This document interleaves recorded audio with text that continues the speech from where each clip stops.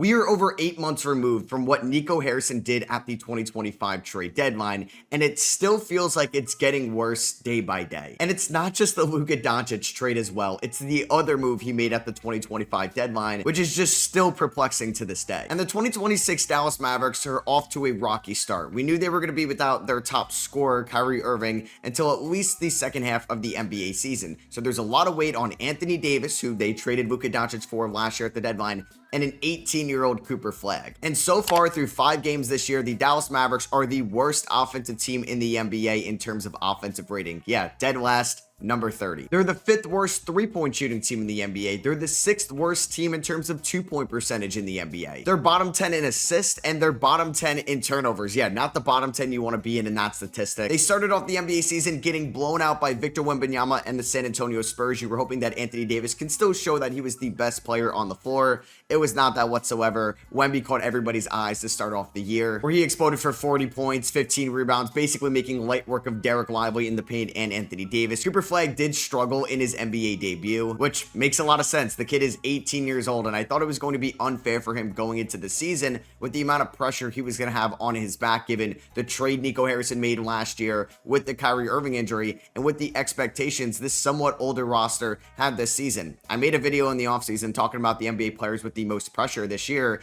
and I said in that video it's going to be Cooper Flagg, and it's going to be unfair to him, but it's just how this team is constructed right now. And it hasn't really helped that Jason Kidd is playing him out of position. He's playing primarily point guard this season, something he didn't really operate that much of at Duke. It was Tyrese Proctor, it was even Con Knipple. Caleb Foster played point guard as well last year, and Cooper Flagg was more of an aggressive off-ball scorer. And if you're watching any Mavericks games this year, he is so much better in that role than somebody handling the ball, because he looks flustered getting the ball over half court. He picks his dribble up way too early, which is something you don't want out of a lead ball handler, and it's really hurt the Dallas Mavericks overall offensive cohesion this year. It really kind of came crashing down in their second game when they lost 117-107 to the Washington Wizards, the same Wizards team that was projected to finish at the bottom of the Eastern Conference, and they lost by 10 in this one. The offense was really bad outside of Anthony Davis and PJ Washington, who did have 18 points in that game, but he also had 8 turnovers. Keyshawn George looked way better than Cooper Flagg did in this game, and it just added insult to injury because this coincided with the same night that Luka Doncic and the LA Lakers played the Minnesota Timberwolves on Friday night, where Luka had 49 points, 11 rebounds, and 8 assists. And I don't want to harp on this anymore for Mavericks fans. I'm sure they're just sick and tired of hearing about this trade, but it's just comical where the Mavericks are like, we're kind of shorthanded at point guard right now. Well, you maybe had a generational point guard on your team last year. They would go on to get their first victory against the Toronto Raptors,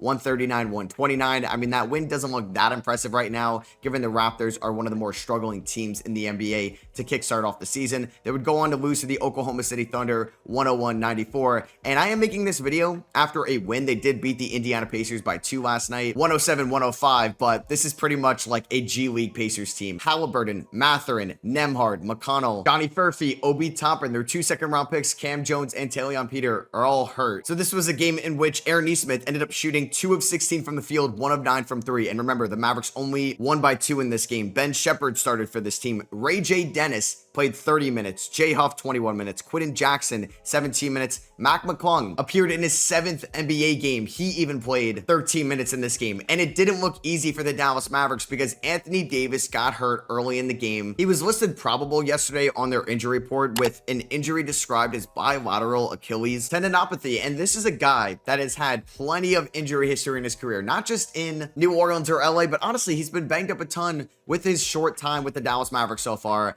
And it was just a huge risk to play him on a meaningless Wednesday night game against an Indiana Pacers B squad, and he gets injured 7 minutes into this one. And now he's currently dealing with left lower leg soreness, and it does seem like Anthony Davis is going to be just fine. This isn't going to keep him out too long, but where have we heard this one before? Anthony Davis got hurt in his first game last year with the Dallas Mavericks against the Houston Rockets, a game in which he played great in. Then he would go on to miss the next 18 games for the Dallas Mavericks as they were trying to make a playoff push. And Anthony Davis, when he's on, can still be one of the best 15 players in the NBA. It's just right now at this point in his career, 32 years old, you're putting way too much faith into somebody that has had way too much of injury history right now. And it really sucks that you have some other injuries on your team, right? Derek Lively recently got banged up. Daniel Gafford still has yet to play a game this year, so we haven't even seen a single minute of Davis, Lively, and Gafford altogether, which was a luxury for the Dallas Mavericks. All three of these guys got hurt at the same time last year, and all three of them are hurt right now at the same time this year. It's just really unfortunate for how the Mavericks can build out this roster. And obviously, it's insanely tough too when you don't have Kyrie Irving right now, and a lot of these guys on the Dallas Mavericks are not stepping up. Like I said in the beginning of the video, Cooper Flag has unfair expectations for an 18-year-old. He was supposed to come in, average 18 to 20 points per game, be a front runner to win Rookie of the Year, maybe end up on an all-defensive team, and that could still happen this year. These may be some of the worst games we are ever going to see from Cooper Flag in his career, and he's shooting around 41% from the field, 26% from three, and averaging 13 points to start off this year's season, but it does feel like he's playing out of position right now, and it may not get better until Jason Kidd fully moves him off the point guard position, but right now their other point guard is D'Angelo Russell, and he's shooting 32% from the field and 18% from three. D'Lo does not provide you much value elsewhere if he is not knocking down his shots, because he's not much of a defender right now at this point in his career. Najee Marshall has been struggling for the Dallas Mavericks so far. Klay Thompson looks like it could be it for Klay, which is really upsetting so far this year. He's shooting 31% from the field, 25% from three. It does look like he took a little bit of a step back with his athleticism from last year, and we even saw that dipping last year as well. So this is way too much faith into a 35-year-old that is not the same shooter or defender he was a couple years ago in Golden State. And oh yeah, you have Caleb Martin as well, who has averaged around 8 minutes per game this year, the same guy you traded Quentin Grimes for and a second-round pick last year. So the Dallas Mavericks gave in a second-round pick in that trade, and since Caleb Martin's medicals got flagged, they didn't have to give up that second-rounder. But if you watched any game Quentin Grimes played in Dallas last year, you knew that he was a great fit around Luka Doncic, around Kyrie Irving, around those bigs down low. And then they trade Luka. Okay, we get that. He would have been a great fit around Anthony Davis, around the bigs still, and maybe even Cooper Flag if that ended up still happening. He played 28 games with Philadelphia last year, averaged 22 points, 5 rebounds, and 4.5 assists. And a lot of those games came without Embiid, Paul George, and Tyrese Maxey, and they didn't draft VJ Edgecombe yet. So far this year, Embiid is playing, Maxey's playing, they drafted VJ Edgecombe, and Quentin Grimes has not lost a step from last year's season. Even with the whole contract dispute he had with Philadelphia in the offseason, you thought that could be a big storyline going into the year. There could be some drama. Maybe he wasn't going to be the same player he was in the second half last year. No, through 4 games this year, Quentin Grimes is averaging 18 points, shooting 48% from three on 7 attempts a night. He'd be a great 3-and-D piece around this Dallas Mavericks team right now, and he's even tweeting out like the vibes are immaculate in Philly, and that's exactly what you had in Dallas. He's from the Texas area. This was a great piece to have on your team for the future that you easily could have afforded going forward. You could have given him a little bit more money than Caleb Martin is currently making right now, but you're stuck with Caleb Martin for the next few years, who has no trade value right now on the open market because he hasn't really been healthy since you acquired him. And we saw the LA Lakers get out of the Mark Williams trade last year. You could have gotten out of the Caleb Martin trade, but they said, no, we don't care. We want Caleb Martin, who has played a total of 18 games for the Dallas Mavericks since last year's trade deadline, 14 last year, 4 this year, and he's averaging 5 points, 2.5 rebounds, and is shooting 26% from three. Quentin Grimes is averaging around 20 points per game for Philadelphia, shooting over 40% from three since they acquired him. This trade is not as bad as the Luka Doncic one, obviously, on that scale. It's obviously Luka, and that is one of the worst trades, not in just NBA history, but in sports history. But the Quentin Grimes trade may be the second worst trade made in the NBA over the last 12 months, and that is saying a lot. And it's a tough Western Conference right now. We knew going into the season that the Mavericks could go one of two ways, right? They could have exceeded expectations, or this team could really fizzle out, and they were going to end up maybe finishing bottom 3 in the Western Conference, and that's what we're treading towards right now. Their preseason projection was for them to finish around 500, and that could definitely happen, but you have this window with Kyrie Irving and Anthony Davis. Going 500 is not good enough. You needed to bridge the gap until Kyrie came back, and you added D'Angelo Russell, who's probably going to shoot better over the course of the season. I like what I've seen out of Brandon Williams this year as well. I think he could be a solid point guard for this team. Maybe they need to lean on Ryan Nembhard a little bit more, but do you hear that? Do you need to lean on an undrafted free agent from the most recent draft a little bit more? This is a disaster. And like I said, I don't want to keep harping on this. I'm sure Mavericks fans are sick of hearing this right now. Like, shout out to Dwight Powell just having to play 29 minutes against the Indiana Pacers and coming through, having 18 points, being a plus 12 and 6 rebounds on that game. Max Christie has been off to an amazing start this year shooting the basketball. 53% from the field, 52% from three. He's averaging around 12 points this year and is still just 22 years old. This is a really good piece for the Dallas Mavericks going forward, and he was another piece in that Luka Doncic trade. He's making around $7 million this year, $8 million next year, and then could be a free agent in 2028. It's not like he's locked up for a super long time, but I just feel like it's going to be a long season with a lot of ups and downs for the Dallas Mavericks, and I do wonder, at one point, do we say that this team should go in a little bit of a different direction? And if you can get a good Anthony Davis stretch throughout, maybe leading up to the All-Star break, do you think about trading Anthony Davis? He would be one of the best players on the trade market. You could finally get out of somebody that is always going to be an injury concern with you going forward, and you can maybe get some pieces that could fit the Cooper Flag timeline a little bit more. It's just a sad reality that you are getting nowhere near the value you gave up for Anthony Davis in your return if you did trade him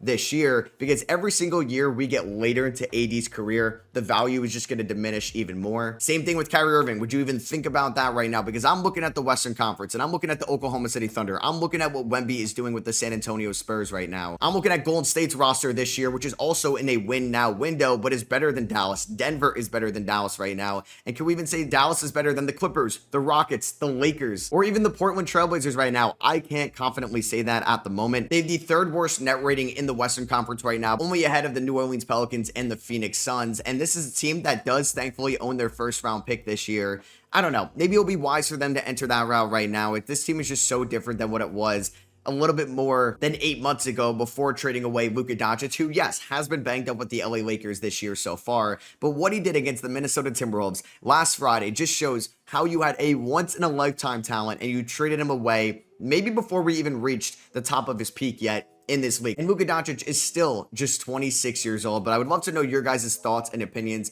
on the Dallas Mavericks right now. The Luka Doncic trade is a sunk cost at this moment. We have to move on eventually, and I probably won't make a video like this again talking about the Luka Doncic trade until maybe we get to January and I look back at this trade a year later. And I'm also a little bit worried what Nico Harrison may do. Like, is he just going to be making moves like his job is on the line? Like, I would be terrified if he made a short-sighted move that's going to hinder their long-term success in this league, because he wants to see this team get in the playoffs, to see the roster he created around Cooper Flag, AD, and Kyrie Irving play meaningful games in April. Because if he doesn't, he may get let go. So I would be scared that he would move a young asset or a future draft pick. I'm not sure if the ownership is going to step in. They didn't step in when they traded away Luka Doncic, so I have no idea what they're going to do. And it's crazy too, because I'm like looking at Mavs Twitter, or I'm seeing stuff on Mavs Reddit, and they enjoy watching this team when Anthony Davis is off the floor. I think they maybe had the most fun watching this team last year after Anthony Davis got hurt against the Indiana Pacers. And they have a fairly easy schedule coming up. Now, their next two games are Detroit and Houston. Those could go either way in those games. They could definitely go 0-2 in that matchup. But they got the Pelicans, the Grizzlies, the Wizards on their schedule coming up, Suns. And then it turns a little bit into a gauntlet as well when you get into the mid to end parts of November.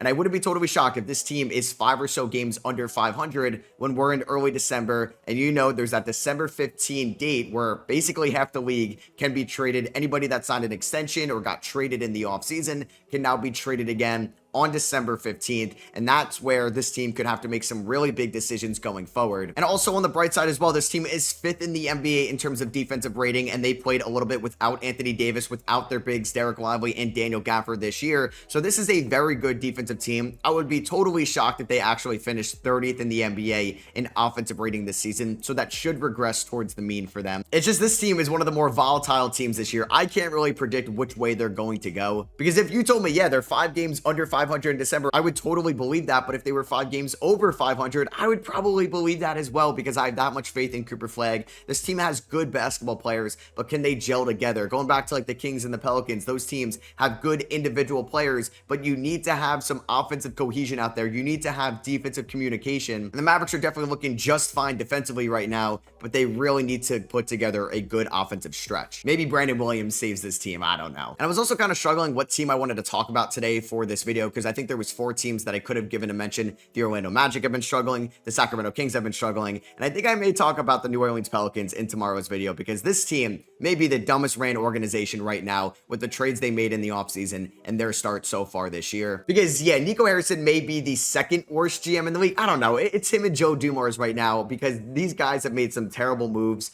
over the last year. But yeah, I'd love to know what you guys think about this video. Did you enjoy me talking about the Dallas Mavericks? Where do you think that they can go from here? Do you think that this is a team that could still make the playoffs in 2026? Do you think that they should maybe look to sell off some of their veterans throughout this season and reset the timeline around Cooper Flag, who, like I said, is just still 18 years old? You have, and got blessed by the lottery odds, a future all-star in this league. I still believe that, and I won't stop believing that until Cooper Flag is bad for like 3 straight years, because he's that good of a talent, and he's always going to impact the game that doesn't show up in the traditional box score, with his passing, with his gravity on the floor, and what he could do as an on-ball and a help defender. So yeah, let me know what you guys think about the Dallas Mavericks in the comments below. Do you think that this team is going to be fine throughout the course of the year, or do you think this is not going to be that exciting of a 2026 season? If you did enjoy, I would appreciate you dropping a thumbs up. Let me know in the comments what you guys thought of this video. I'll catch you on the next one. Peace.